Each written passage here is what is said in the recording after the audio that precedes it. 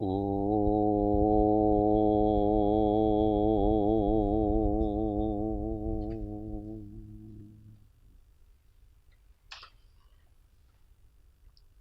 अर्हन्तो भगवन्त इन्द्रमहिता सिद्धाश्च सिद्धिस्थिता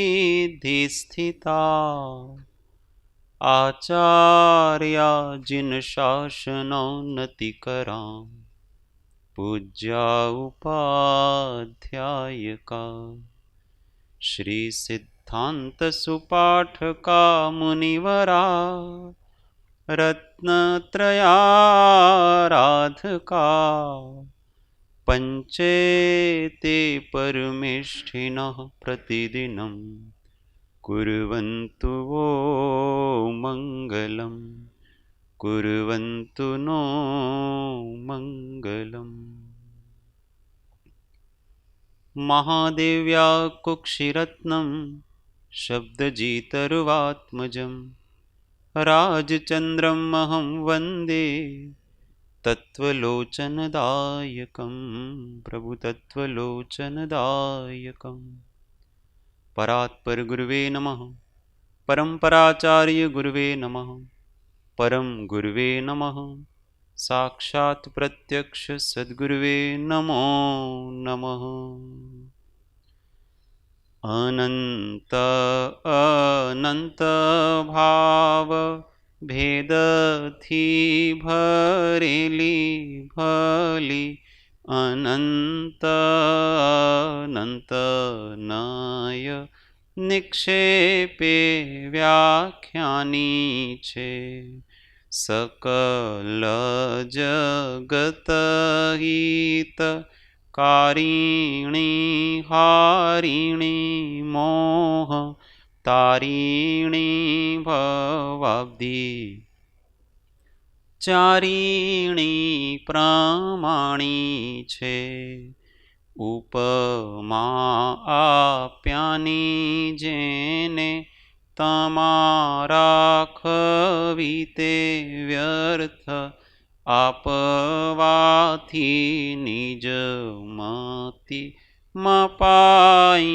में मानी छे अहो राज चंद्र बाळ ख्याल नथी पामताय जिनेश्वर तणी वाणी जाणी तेणे जाणी छे गुरुराज तणी वाणी जाणी तेणे जाणी छे। ओ नत्वा जिनेन्द्रं गतसर्वदोषं सर्वज्ञदेवं हितदर्शकं च श्रीजैनसिद्धान्तप्रवेशिकेर्यं विरचते स्वल्पधियां हिताय विरचते स्वल्पधियां हिताय। ओ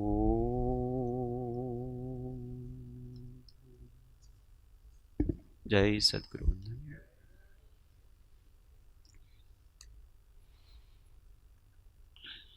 तत्व चर्चा में श्री जैन सिद्धांत प्रवेशिका अध्याय 2 प्रश्न संख्या 322 हिंदी में प्रमाद के कितने भेद हैं। बराबर, कल प्रमाद के बारे में बात की। आज प्रमाद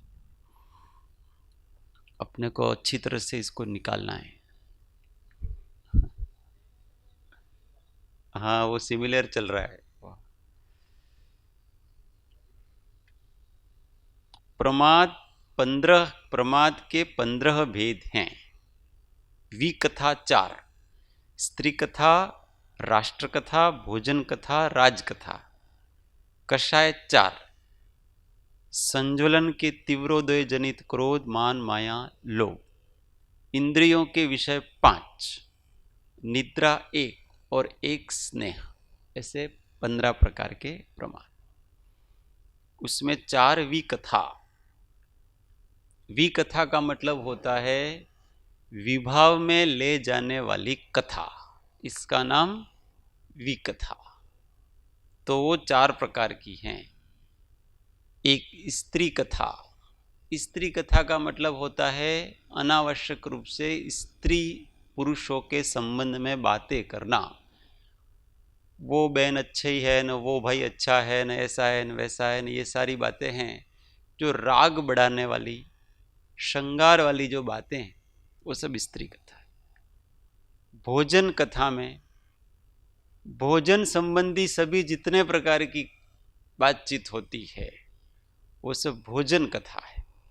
भोजन बनाना, भोजन करना, भोजन की प्रशंसा इत्यादि वगैरह, और भी जो करने की इच्छा और खाने की अलग अलग प्रकार से खाने की रुचियां, ये सब क्या है? भोजन कथा। और राजकथा, राजनीति की कथा, राजनीति में रुचि लेना। आज जैसे अपने राजकथा करेंगे रात को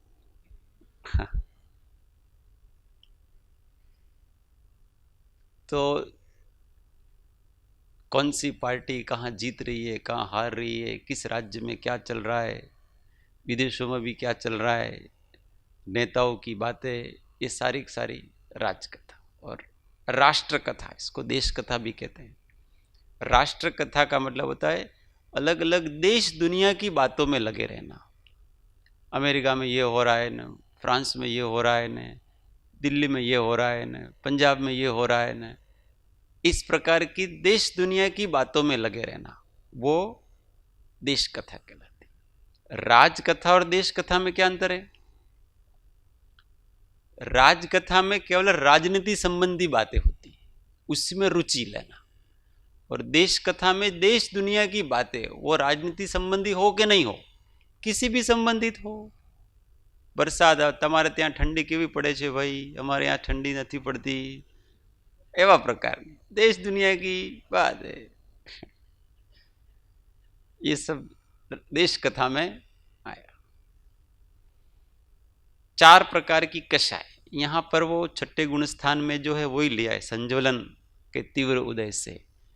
बाकी क्रोध, मान, माया और लोभ, ये सभी प्रमाद हैं। जब हम क्रोध करते हैं तो अपने आत्म स्वभाव से च्युत हो जाते हैं। मान करते हैं तब भी हम आत्म स्वभाव से च्युत हो जाते हैं।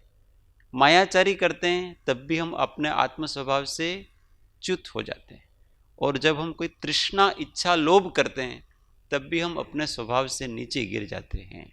इसलिए ये विकथा है।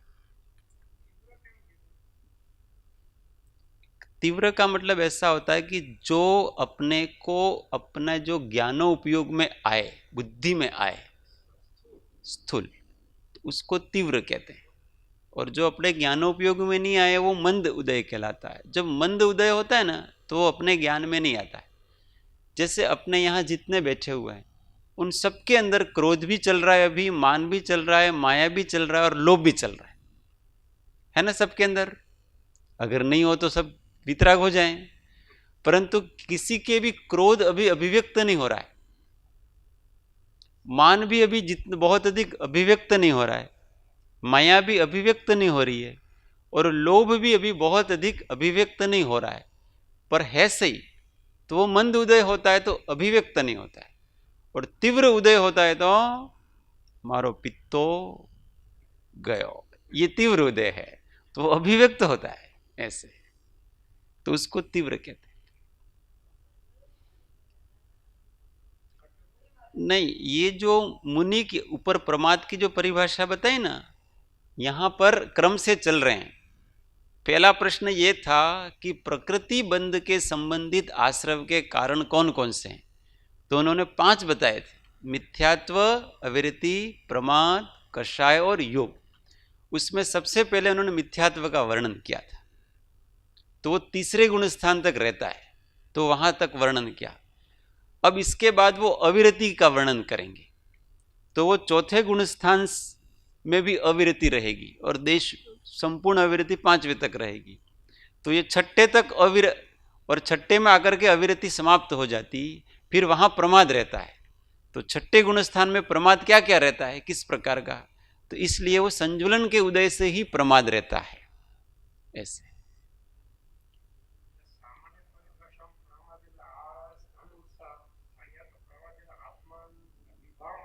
हाँ, कुशलेषु अनादरः प्रमादः। कुशल क्या है, अपने भेद विज्ञान के द्वारा अपने स्वरूप में स्थिर रहना, ये कौशल्य है। इसका अनादर करते हैं, इसके अतिरिक्त और जो जो करते हैं वो सब प्रमाद कहलाता। सारा दिन कोई व्यक्ति काम करे, सुबह 4 बजे से लगा करके 10 बजे तक, परंतु उसके आत्मा का अनुसंधान नहीं है, स्वरूप में स्थिरता नहीं है, तो सारा दिन प्रमादी है। उसने सारा दिन प्रमाद किया। क्यों? क्योंकि सब बाहर के ही काम किए, कर्म बंध के काम ही किया उसने, कर्म निरय का कोई काम किया नहीं, इसलिए इसका नाम प्रमाद है। स्वरूप की अजागृति, इसी का नाम प्रमाद है। और फिर 5 इंद्रियों के विषयों में लगना, ये भी प्रमाद है। हम खाने पीने में लग रहे हैं, हम कोई चित्र देखने में लग रहे हैं, हम कोई बात सुनने में लग रहे हैं, ये सब प्रमाद है। कोई भी इंद्रिय के विषय में लगो, वो सारा का सारा प्रमाद है, क्योंकि हमारा ज्ञानोपयोग है वो बाहर में प्रवर्तन हो रहा है, उससे राग द्वेष की उत्पत्ति होती है। और निद्रा, नींद में हम सोते हैं तो स्वरूप की अभानता होती है, स्वरूप की जागृति निद्रा में हो सकती नहीं। वहां उदय के अनुसार आपके भाव होंगे, वहां बुद्धिपूर्वक आप अपने भावों को सुधार भी नहीं सकते। अब नींद में सो रहे हैं, अंदर उदय के अनुसार जो भाव चल रहे हैं उसके अनुसार कर्मबंध हो रहा है।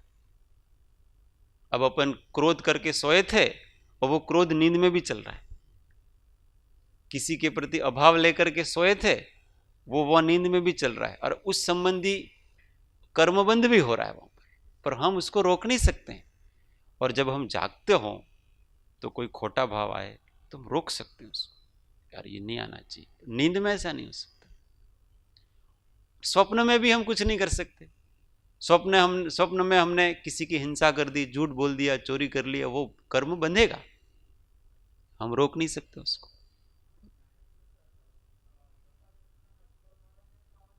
सब प्रमाद होता है वो छठे गुण स्थान तक, इसी की तो बात कर रहे हैं यहां, इसलिए इसका नाम प्रमत्त, छठे गुण स्थान का नाम क्या है, प्रमत्त संयत। संयम के साथ ये प्रमाद पाया जाता है। तो ये सब चीजें छठे गुण स्थान में भी पाई जाती है ये सारी, पर वो उनके स्तर की पाई जाती है। क्यों? मुनि होते हैं तो क्या देश समाज की बात नहीं करते? क्या मुनि राजनीति की बात नहीं करते? करेंगे। वो कोई राजा आएगा उनको वंदन करने, वो कुमारपाल राजा ने जो बात करते थे कि नहीं करते थे, वो मुनियों के पास, हेमचंद्राचार्य के पास गए, अथवा कोई भी, अभी अपने आचार्य विद्यासागर जी महाराज जी के पास सब आते हैं, नेता वगैरह सारे लोग आते हैं, और देश की बात भी करते हैं। वो देश का विकास होना चाहिए, देश की उन्नति होनी चाहिए, करते हैं। तो वो उस छठे गुण स्थान में ये संभवित है, ये हो सकता है, इसमें कोई इससे उनका मुनिपना चला जाता ऐसा नहीं है। जब आचार्य महाराज, ये स्त्री कथा की बात कर रहा हूं, आचार्य महाराज कोई कहानी लिखनी हो, कथा प्रथमान योग, और उसमें स्त्री के सौंदर्य का वर्णन करना हो, तो इस प्रकार से स्त्री के सौंदर्य का वर्णन करते हैं कि बड़े बड़े कवि हैं उनके आगे पानी भरते हैं। एक एक अंग का इस प्रकार से वो वर्णन करते हैं कि अलौकिक वर्णन उनके स्त्री के सौंदर्य का होता है। उसके प्रतिमान योग पढ़ना उसके सारे सारा, पर उनका वो स्वयं विकारी नहीं होती, उसमें किंचित भी विकार उत्पन्न नहीं होता है उनको वर्णन करने। और ये सारा वर्णन करके बताएंगे कि ऐसी स्त्री को छोड़ दिया। वर्णन क्या करेंगे, ऐसी स्त्री को इन्होंने छोड़ दिया। तो इंटेंशन अलग होता है, परंतु वहां पर बात तो होगी ही होगी। बात मतलब उनके दिमाग में तो वो सब चीजें आएगी आएगी। तो इस प्रकार से वो उनके स्तर से होता है वो सारा, वहां कोई विकारी भाव से कुछ भी होता नहीं। राजनीति की बात करेंगे तो राजनीति नहीं होगी उनके अंदर, राजा को ठीक करने की बात होगी। वो आचार्य विद्यासागर जी ने कहा, मध्य प्रदेश की वो राज्यसभा में उनका प्रवचन था, व्याख्यान था, सारे मुनि थे, अपने देखा भी था, सारे संघ सहित उसने बुलाया था सबको, और बहुत अच्छा प्रवचन व्याख्यान उन्होंने दिया था। तो ऐसा करने में मुनि को कोई बाध नहीं है, तो वो कोई राजकथा नहीं है और वो कोई देश कथा भी नहीं है। वो तो देश को ठीक करने की और राजा को ठीक करने की बात करते हैं, वो हो सकता है। राष्ट्रवाद जिसको कहते हैं। ये निद्रा में स्वप्न आदि बुरे आ जाते हैं तो भी अपन कंट्रोल से बाहर हो जाता है। इसलिए कम से कम सोना, जितना आवश्यक है उतना ही सोना। और जैसे ही हम सोते हैं ना, सोने का मतलब भले नींद भी नहीं आए ना, तो भी ऐसे अपन लेटते हैं तो भी अपने भाव शिथिल हो जाते हैं। एक तो एकदम कमर सीधी करके, गर्दन सीधी करके बैठो तो भाव गिरेंगे नहीं, अटेंशन। और जैसे ही थोड़े ढीले हुए, कमर टेढ़ी हुई, गर्दन लटकी, समझो आपके भाव ढीले पड़ गए। इस शरीर के साथ इस भाव का इस प्रकार का संबंध है। इसलिए जब भी कोई खोटे भाव वगैरह आए तो एकदम अलर्ट होकर बैठ जाना, सावधान, अटेंशन, जागृत। अंदर की जागृति का शरीर से संबंध है और शरीर से अंदर की जागृति का भी संबंध होता है। आसन जय, निद्रा जय, स्त्री जय, ये सब जय करने के हैं।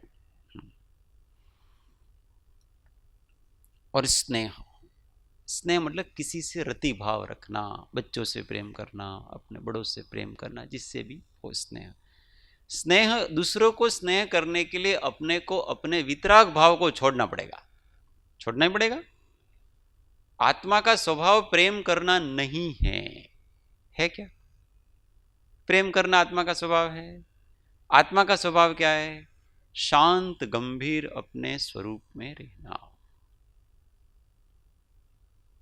परंतु कोई अच्छा लगता है, फूलों को देखते हैं तो अच्छा लगता है, कोई सुंदर वस्तु, कोमल छोटा सा बच्चा प्यारा सा दिखा तो स्नेह उमड़ता है कि नहीं उमड़ता है? तो ये सब भी प्रमाद है, ऐसा कहा है, प्रमाद है। एमा शू वांधो छे, तो निर्दोष सुख छे। बाहर का कोई सुख निर्दोष नहीं है। अपन कहते हैं निर्दोष सुख, निर्दोष आनंद लो गमे ત્યાંથી भले।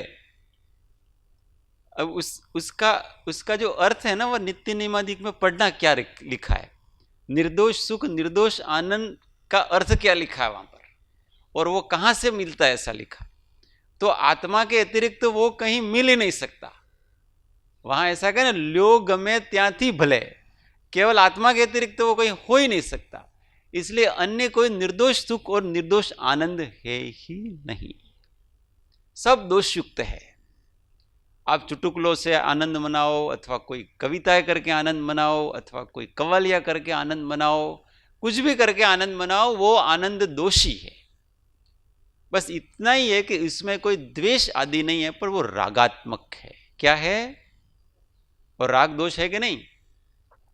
हमको क्या है कि द्वेष, क्रोध, ईर्षा, ये ही दोष लगते हैं, परंतु मोह दोष नहीं लगता है, प्रेम दोष नहीं लगता है, ये बड़े दोष है। राग दोष नहीं लगता है। આપણે પ્રેમ કરીએ એમાં તો શું સારું છે ને, બધા સાથે પ્રેમ તો હોવો જ જોઈએ। तो भाई ऐसा होना चाहिए, ऐसा नहीं है, होता है, होता है और होना चाहिए। होना चाहिए में तो आपने उसको उपादेय कर दिया, और होता है में उस भूमिका में होता है, वो तो वो दोष है, वो कोई गुण नहीं है अपना, आगे की भूमिका में चला जाता है। और इसलिए जो वितराग देव को किसी के ऊपर प्रेम नहीं होता है, वितराग देव के आगे आकर के कोई कितना भी अपना दुखड़ा रोए, उनको जरा भी करुणा नहीं आती है। आती है क्या? भाई नहीं, અત્યારે भाई शांत रहे, भाई तारे બધું ठीक થશે, ऐसा कहते हैं भगवान? अथवा हाथ उठा करके आशीर्वाद देते हैं? नहीं देंगे वो। क्यों? क्योंकि ये भावनाएं थी वो नीचे की भूमिका की, ये राग की भावनाएं हैं, वो वितराग स्वरूप में लीन हो गए हैं। उनको तुम्हारी प्रशंसा का कोई फर्क नहीं पड़ेगा, तुम्हारी निंदा का भी कोई फर्क नहीं पड़ेगा, तुम्हारे आनंद का भी उनके आनंद से कोई फर्क नहीं पड़ेगा, हमारे दुख का भी उनके दुख से कोई फर्क नहीं पड़ेगा। उनकी आत्मा, उनके ज्ञान में तो सब कुछ आ रहा है। भगवान के ज्ञान में नरक के अत्यंत दुखी लोग हैं वो भी ज्ञान में आ रहे हैं, पर भगवान को करुणा नहीं आती। और स्वर्गों में बहुत देव सुखी हैं, वो भी उनके ज्ञान में आ रहे हैं, पर उनको देख करके उनको कोई उनके ऊपर अच्छा भाव नहीं आता है कि देखो कितने खुश हैं। ऐसा नहीं होता। ये कितने दुखी हैं और ये कितने खुश हैं, ऐसा विकल्प उन भगवान को आता नहीं। यही तो है भगवानपना। वितराग भगवान को समझना बड़ा कठिन है। कोई व्यक्ति समझ भी ले तो श्रद्धा नहीं होता। ऐसे भगवान का करना क्या?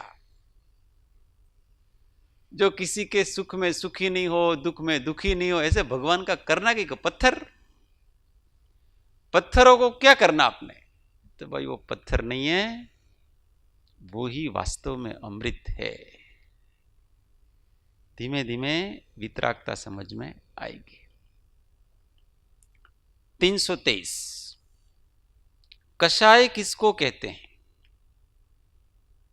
संज्वलन और नौ कषाय के मंद उदय से प्रादुर्भूत आत्मा के परिणाम विशेष को कषाय कहते हैं। अब यहां कौन सी कषाय की बात कर रहे हैं? संज्वलन कषाय की बात कर रहे हैं, और कोई बात नहीं कर रहे हैं। अनंतानुबंधी कषाय इत्यादि की बातें पहले कर दी, वो पूर्व में ये सारे प्रश्न आ चुके। अब तो यहां पर वो गुणस्थान के अनुसार केवल कषाय जहां रहती है, अब क्या है, जहां मिथ्यात्व चला गया। कौन से गुणस्थान में चला गया मिथ्यात्व? चौथे गुणस्थान में। प्रमाद चला गया। कौन से गुणस्थान में प्रमाद चला गया? छठे गुणस्थान में प्रमाद चला गया। अब इसके बाद केवल कषाय रहती है। तो नहीं, वो आगे आएगा, अभी कषाय रहेगी इसके बाद। तो वो कषाय संज्वलन और नौ कषाय इस रूप रहती है। अनंतानुबंधी चली गई, अप्रत्याख्यानावरण चली गई और प्रत्याख्यानावरण चली गई। अनंतानुबंधी कषाय कौन से गुणस्थान में चली गई? चौथे में। अप्रत्याख्यानावरण कषाय कौन से में चली गई? पांचवें में। प्रत्याख्यानावरण कषाय कौन से गुणस्थान में चली गई? छठे में। अब सातवें में जो कषाय रही है उस कषाय की यहां बात करते हैं। तो संज्वलन कषाय के प्रमाद के बिना जो कषाय है उसको यहां पर कषाय कहा। तो संज्वलन और नौ कषाय के मंद उदय से प्रादुर्भूत आत्मा के परिणाम विशेष को कषाय कहते हैं। ये कषाय भी मंदतर और मंदतम, इस प्रकार से इसका क्रम आगे आगे गुणस्थान में होता है। तो सातवें गुणस्थान अप्रमत्त संयत, उसमें तो इसका मंद उदय है। फिर आगे आगे मंदतर होती है, आठवें में और मंद हो जाती है, नौवें में और मंद हो जाती है, और 10वें गुणस्थान में मंदतम हो जाती है। अंतिम जो सूक्ष्म लोभ 10वें गुणस्थान में होता है वो मंदतम कहलाता है। इसके बाद आगे कषाय रहेगी नहीं, अब आगे केवल योग रहेगा। इसी को यहां बताते हैं। समझ में आ गया ये प्रश्न? ये माइक देना, ये वाला देना।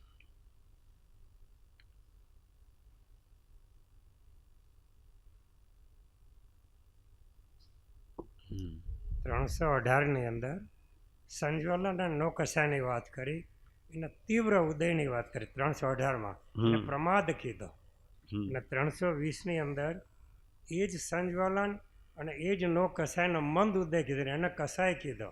એટલે કષાય કરતા પ્રમાદ વધારે ખરા? હા, એટલે છઠ્ઠા ગુણસ્થાનમાં છે ને, એટલે સંજ્વલન કષાય કરતા એ જે છે પ્રમાદ છે એ વિશેષ વધારે અહિતકર છે. संज्वलन कषाय इतनी अहितकर नहीं. संज्वलन कषाय के उदय में भी अप्रमत्त संयत गुण स्थान होता है, श्रेणी आरोहण होता है. कषाय के उदय में भी श्रेणी आरोहण होगा, पर प्रमाद के उदय में श्रेणी आरोहण नहीं होगा. तो अभी यहां पर 7वें गुणस्थान में भी कषाय बाकी है, 8वें में भी कषाय का उदय है, 9वें में भी कषाय का उदय है, 10वें में भी कषाय का उदय है. फिर भी वहां पर शुक्ल ध्यान है और श्रेणी का आरोहण वहां पर है. तो ये पतली पतली पड़ती हुई कषाय है. श्रेणी का आरोहण 7तिशय अप्रमत्त गुणस्थान से प्रारंभ होगा और फिर 8वें, 9वें और 10वें में पहला शुक्ल ध्यान होगा. और अगर उपशम श्रेणी चढ़ रहा है तो 8वां, 9वां, 10वां और 11वां इन 4 गुणस्थानों में पहला शुक्ल ध्यान होगा. फिर दूसरा शुक्ल ध्यान 12वें गुणस्थान में होता है. 13वें में तीसरा शुक्ल ध्यान और 14वें में चौथा शुक्ल ध्यान. इस प्रकार से होता है. और शुक्ल ध्यान है वो श्रेणी में होता है.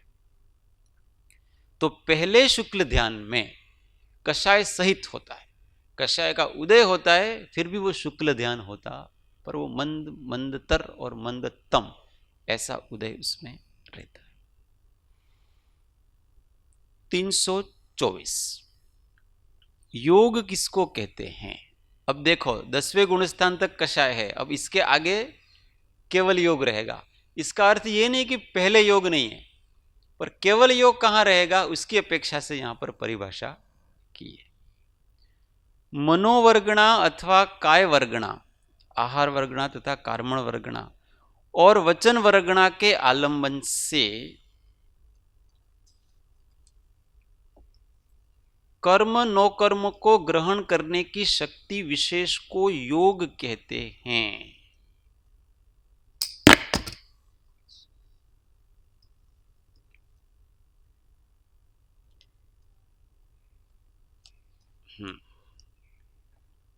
तो यहां योग किसको कहा?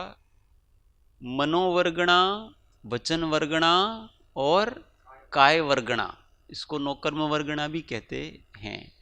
तो इनके निमित्त से मतलब उनकी प्रवृत्ति से जो कर्म और नौकर्म वर्गणाओं का ग्रहण हो रहा है, उस ग्रहण करने का नाम योग कहलाता है.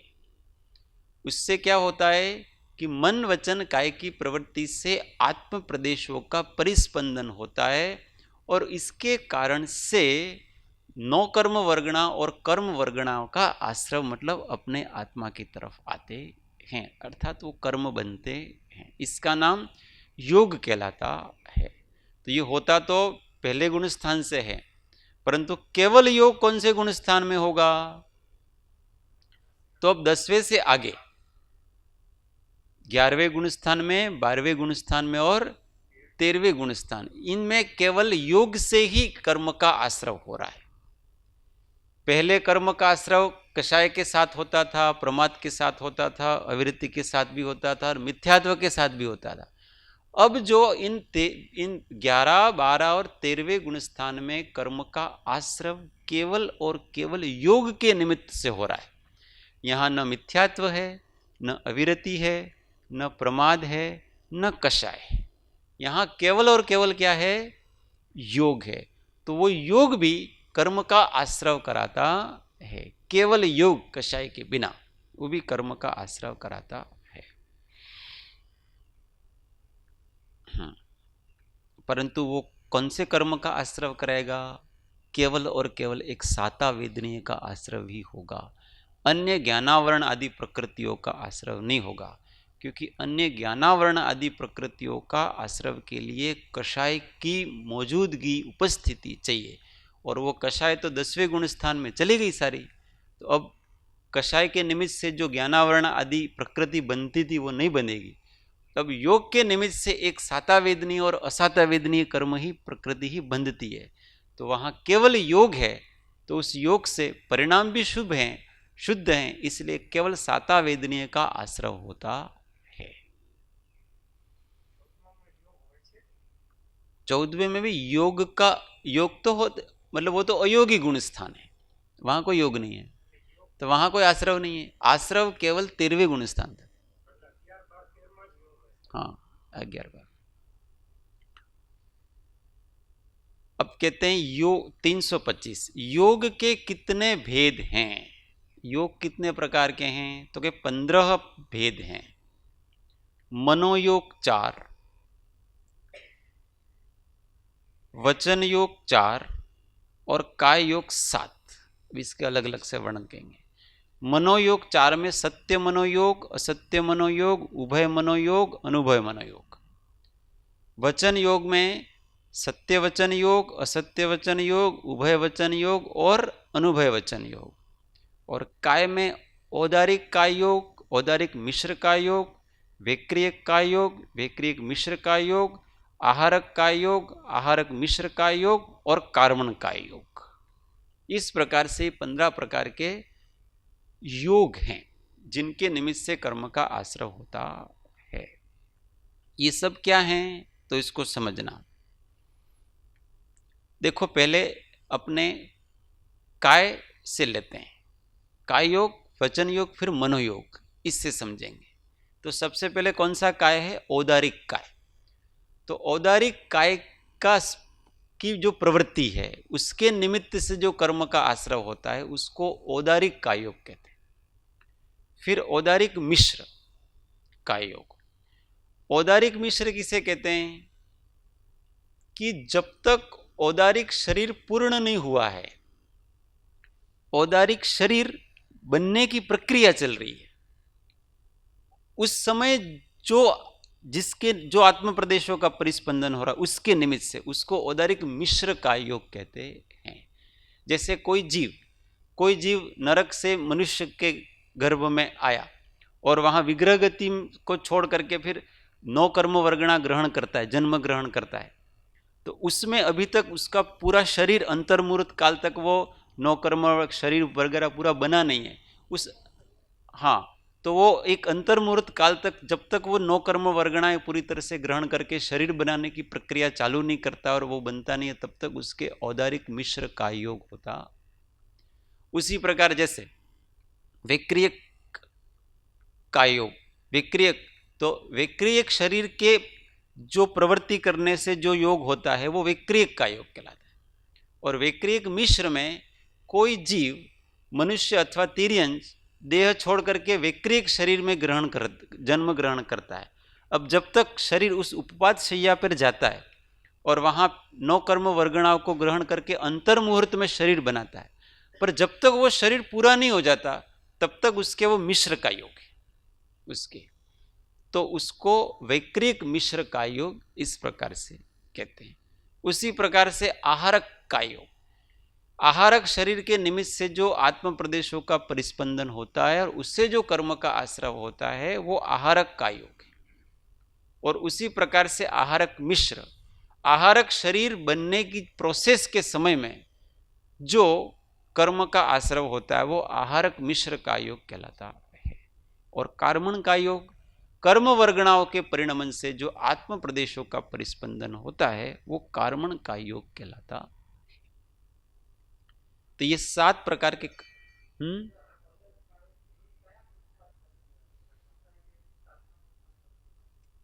जिसके जो शरीर है, औदारिक शरीर हर एक गुणस्थान में है, 13वें गुणस्थान से तक औदारिक शरीर है, तो उसके निमित्त से वहां होगा ऐसा।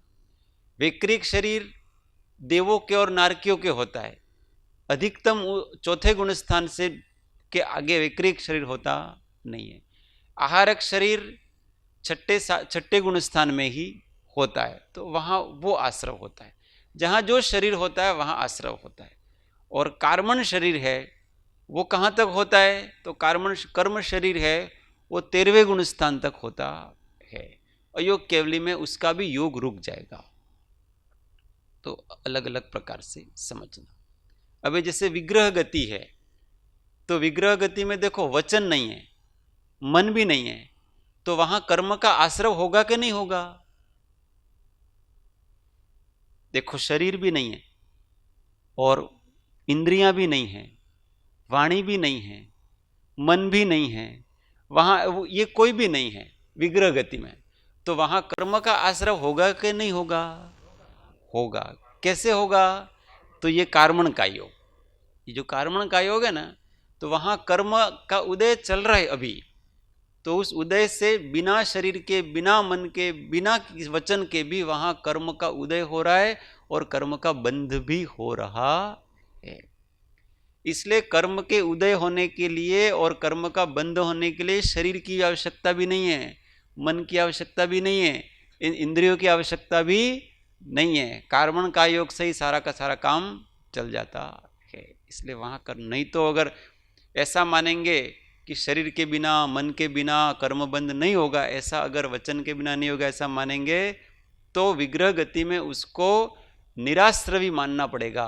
और निराश्रवी तो सिद्ध होते हैं, तो वो 3 समय के लिए सिद्ध हो जाएंगे और सिद्ध होकर के फिर वापस संसारी हो जाएंगे। पर ऐसा नहीं है, संसारी जीव के एक समय ऐसा नहीं है जब तो उसके कर्म का आश्रय नहीं। फिर वचन, सत्य वचन, जो जैसा है उसको वैसा कहता है, उस वचन को सत्य वचन कहते हैं। तो उस वचन के निमित्त से जो योग होता है, पुण्य का आश्रय होगा इसके। पानी भरने का घड़ा सामने है तो कहा कि ये पानी भरने का घड़ा है, तो ये क्या है? सत्य वचन योग। और उससे भी आत्म प्रदेशों का परिस्पंदन होगा कि नहीं होगा? भले आप सत्य बोल रहे हैं तो भी शुभ योग तो होगा ही होगा इसके, तो उससे भी आश्रय होगा। असत्य मनोयोग क्या है? वचन योग, कि असत्य बोलने से जो योग होता है आत्म प्रदेशों का परिस्पंदन उस वाणी से। जैसे सामने पानी भरने का घड़ा पड़ा है, परंतु फिर भी कहना है कि ये पानी का घड़ा नहीं है, असत्य बोले आप, तो उस असत्य के कारण से जो योग होगा वो असत्य वचन योग कहलाता है।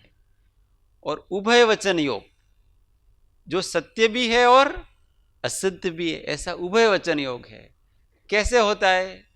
जैसे कि कमंडल को कहा कि ये घड़ा है, सामने कमंडल पड़ा है और उसको कहा कि ये घड़ा है, तो अब ये सत्य भी है और असत्य भी है, उभय है। कैसे?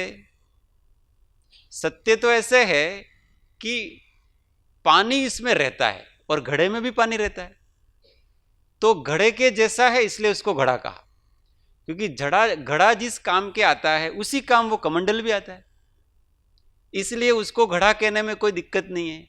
इस दृष्टि से तो घड़े का काम कर रहा है इसलिए वो घड़ा है, तो वो सत्य वचन हुआ। और घड़े का आकार का नहीं हो, घड़ा जिस प्रकार के आकार का होता है उस आकार का नहीं है, इसलिए वो असत्य वचन भी है, क्योंकि घड़े के आकार का नहीं है, तो वो असत्य भी है और सत्य भी है। मतलब कमंडल को घड़ा कहना सत्य भी है और असत्य भी है। तो ये कौन सा वचन हो गया? उभय वचन, उभय वचन हो गया। और एक अनुभय वचन होता है, न सत्य न असत्य, कुछ भी हो सकता है, वो सत्य भी हो सकता है और वो असत्य भी हो सकता है। अब आपने, किसी ने कोई आवाज की, ए ऐसा कहा, अब उस ए शब्द में क्या क्या हो सकता है ये बताए, कि हर एक व्यक्ति उसका अपना अपना अलग अर्थ निकालेगा।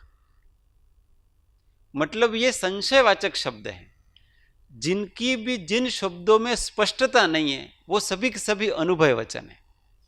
अब कोई ए ऐसा कहते ही ऐसा समझेगा कि ये मेरे को गाली दे रहा है, कोई ऐसा कहते ही ऐसा समझेगा कि ये मेरे को प्रेम से बुला रहा है, कोई ए शब्द का अर्थ कोई और निकालेगा, कोई ए शब्द का अर्थ कोई और निकालेगा। ऐसे उस शब्द का अलग अलग कोई भी अर्थ हो सकता है। ऐसे संशयवाचक जितने भी शब्द हैं वो सबके सब अनुभय वचन है, क्योंकि उनका अर्थ तो कुछ भी हो सकता है। जहां स्पष्टता नहीं होती है वो अनुभय कहलाता है, और वो सत्य भी हो सकता है, असत्य भी हो सकता है।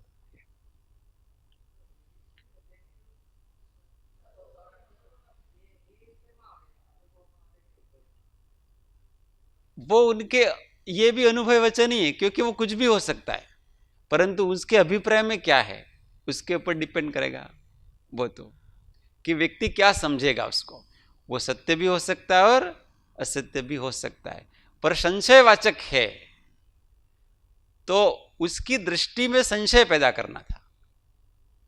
उनकी दृष्टि में क्या था, वो संशय पैदा करना था कि नरो वा कुंजरो वा, वो संशयवाचक है, इसलिए वो अनुभव वचन में आ जाएगा। उभय वचन में तो दोनों हैं, सत्य भी है और असत्य भी है, और अनुभव वचन में कुछ भी हो सकता है, कोई ठिकाना नहीं। हाँ, तो असत्य वचन का अशुभ बंध होगा, मतलब अशुभ का आश्रव होगा, सत्य वचन का शुभाश्रव होगा। जैसा जिस प्रकार का इंटेंशन है उस प्रकार के आश्रव होगा। मन भी ऐसे 4 प्रकार के। सत्य मन, सत्य को सत्य रूप विचारना, जैसे मैं आत्मा हूं ऐसा विचार करना, ये क्या है, सत्य मन। इससे भी आश्रव होगा, होगा कि नहीं होगा, क्योंकि मन चला ना, मन चला, विचार चला, तो मनोयोग से ही विचार होते हैं, तो उससे शुभाश्रव होगा। कोई ऐसा विचार करता है मैं आत्मा नहीं शरीर हूं, ये कौन सा योग हो गया, असत्य मनोयोग हो गया, उससे भी आश्रव होगा। और कोई ऐसा विचार करता है मैं किसी अपेक्षा से आत्मा भी हूं और किसी अपेक्षा से शरीर भी हूं, व्यवहार से ये शरीर मेरा है और निश्चय से आत्मा मेरा, ऐसा विचार करता है, तो ये क्या हो गया, उभय मनोयोग हो गया। उसके दोनों चल रहा है, उसके सत्य और असत्य दोनों चल रहा है। और कोई ऐसे विचार करता है कि मैं कौन हूं क्या विचार कर रहा है वो, मैं कौन हूं, अब उसमें कुछ भी हो सकता है, उसमें कोई ठिकाना नहीं है उसका। तो ये अनुभव वचन, अनुभव मनोयोग हो गया। इस प्रकार से 4 प्रकार के मनोयोग है। तो इन 15 प्रकार के योग से कर्म का आश्रव होता। चलो आगे कल पढ़ेंगे। कोई पूछવું હોય તો પૂછી શકે।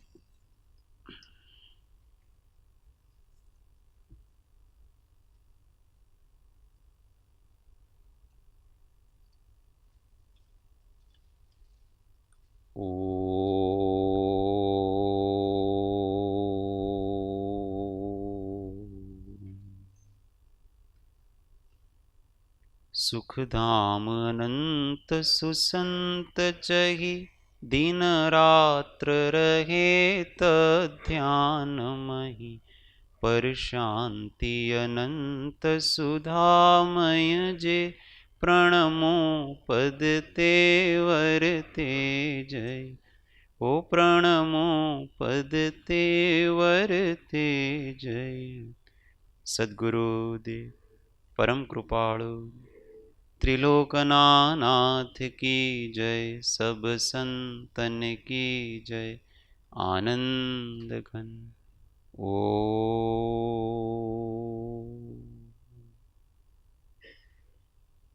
एक मिनट मौन, आत्म अनुसंधान।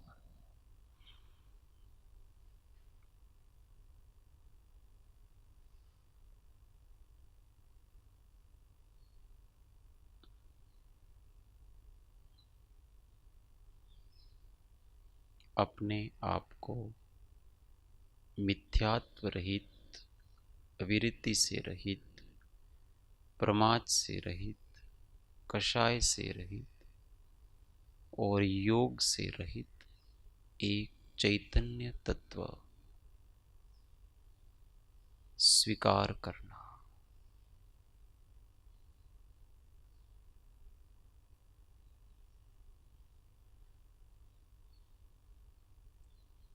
मिथ्यात्व आदि सब कुछ विजातीय हैं और मैं चैतन्य जाति का हूं। मेरा कार्य केवल और केवल शांत ज्ञाता बनकर के रहना है। ओ।